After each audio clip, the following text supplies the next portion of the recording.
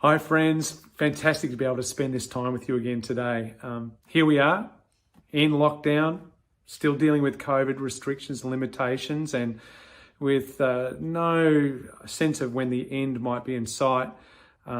Here I am still working from home, as so many of us are needing to right now, those of us who can. We've been living now with COVID across our world and here in Australia, of course, for well over a year now. And I don't think any of us thought that perhaps it would be this long and we're still with some time to go. And it's really fascinating. I was reading just over the weekend that there's been some fascinating study that's been done, some research that's been done, particularly medically, about the impact, the long-term impact of COVID on those who are infected with it. And this one particular study, scientists looked at Fitbit, that is smartwatches that people were wearing, and they saw that people's heart rates took many, many months after they recovered from COVID to settle back to their normal resting rate. In other words, their heart had been sped up by the physiological impact of COVID on their bodies. Now, I've not been infected with COVID. In fact, not many of us have been here in Australia. We've been blessed by comparison with most of the world. But I do wonder whether many of us have experienced, even if it's only momentarily, a speeded up heart rate, not coming from the physiological impact of COVID, but from the psychological, the emotional, the spiritual impact, that the stress and the anxiety that comes with this season. And, even over the last couple of weeks, as here in Sydney, we've been dealing with another outbreak. I know that for many of us, and myself included at times, that underlying anxiety, you don't just think it, you feel it. You feel it bodily. It has an impact on the totality of who we are.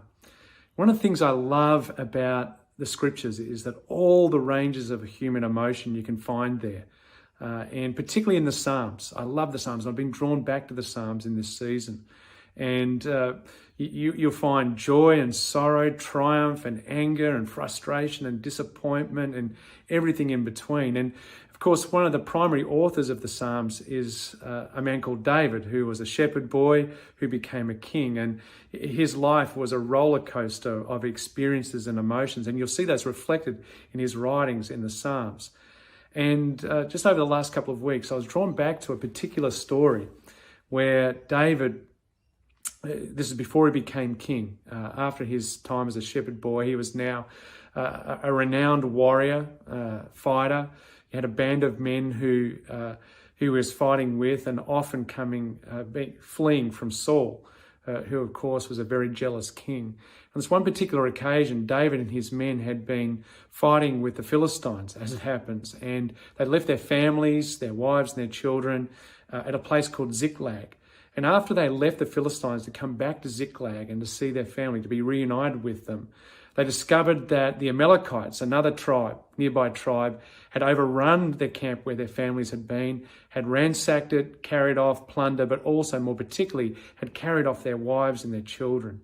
And you can imagine the distress that David and his men felt in that moment, absolute horror at discovering that their wives and children were gone, and perhaps they would never see them again. And understandably, David's men weren't just upset. They were angry, and they were angry with David. Look what you've done. Look what following you has brought upon us, the pain that we're enduring. And their anger quickly turned towards thoughts of violence. They were about to stone him. And this is what we read in 1 Samuel chapter 30.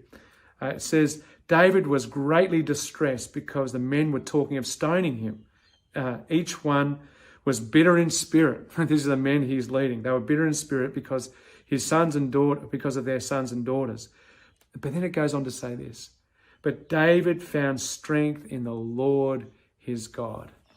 Now, it doesn't explain what that actually means. In other translations, David encouraged himself in the Lord. Did he draw aside to pray? Did he, there must have been some spiritual practice. He communed with God, but in this moment of deep pain, deep anxiety, deep worry, not knowing what the future held, he found his strength in God. In the midst of all the turmoil that was happening around him, he found a place of stillness and quietness and meditation, a place where he could rest in God. I don't know what being encouraged in God, what being strengthened in the Lord might look like for you. But I do know from my own personal experience that there are so many times where rather than worry, to stop, to still myself in the presence of God. And as I do so, to find the strength that is beyond myself and it is only available from God. I love what the scriptures say when it says, be still, be still and know that I am God. Be still and know that I am God. My prayer for us today is that we would find that stillness that we discover in his presence. And in his presence, we would discover the strength, the encouragement that we need to still our worried and harried souls. That even in the midst of all that's going on around us, we can find a place of peace, peace in his presence. Yeah, I'd love to hear from you. If there's anything we can be praying for, just let us know. There's an email address now on the screen. You can email us anytime. You can leave comments here about what is it that strengthens you? What is it that encourages you in God? How do you find encouragement and strength in God in this season? We'd love to hear from you. You'll hear from again